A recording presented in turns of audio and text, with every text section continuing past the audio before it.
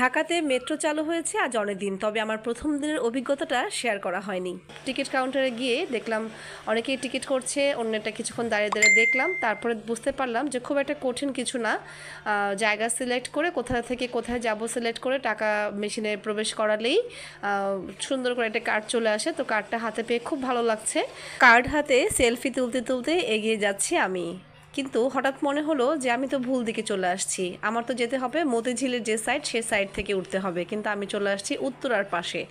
অর্থাৎ আমি যদি ভুল করে উঠে যাই তাহলে আমি চলে যাব উত্তরা, আমার আর কারওয়ান বাজার যাওয়া হবে না।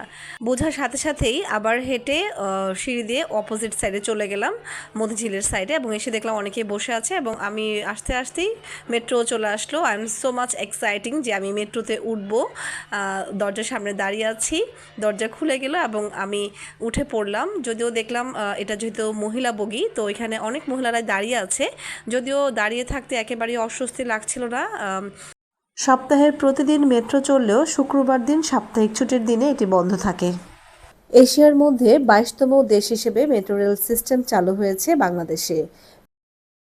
জাইকা ও ডিএমটিসিএল 2030 সাল নাগাদ 128 কিলোমিটার দৈর্ঘ্যের মোট 6টি মেট্রো লাইন নির্মাণের পরিকল্পনা করেছে।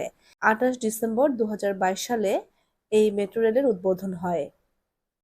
এমআরটি লাইন 6-এর প্রথম বিভাগটি 29 ডিসেম্বর 2022-এ বাণিজ্যিক কার্যক্রম শুরু করে এবং দ্বিতীয় বিভাগ 5 নভেম্বর 2023-এ শুরু করে।